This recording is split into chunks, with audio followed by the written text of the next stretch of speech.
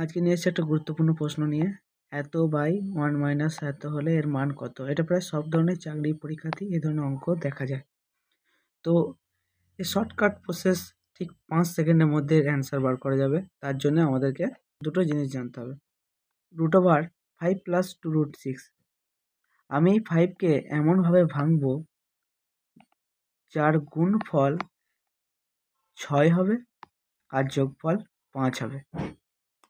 যখনই আমি এই সংখ্যা দুটো পেয়ে যাবো, আমি একবারে দেখে লিখে দিতে পারি √3 প্লাস √2। এর অ্যান্সার এটাই হবে। আর এই সংখ্যাটা 1/, থাকলে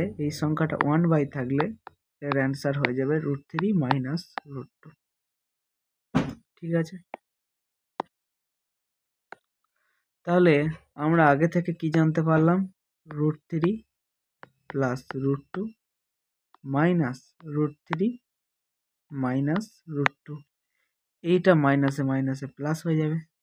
আমাদের কি কাটছে? √3 কেটে গেল, তাহলে কি পড়ে রইল? 2√2। তাহলে এ দিয়ে অ্যান্সার হয়ে গেল। খুব শিগগিরই আমার ম্যাথের ফাউন্ডেশন ব্যাচ আসছে, তার জন্যে আমার চ্যানেলে চোখ রাখুন।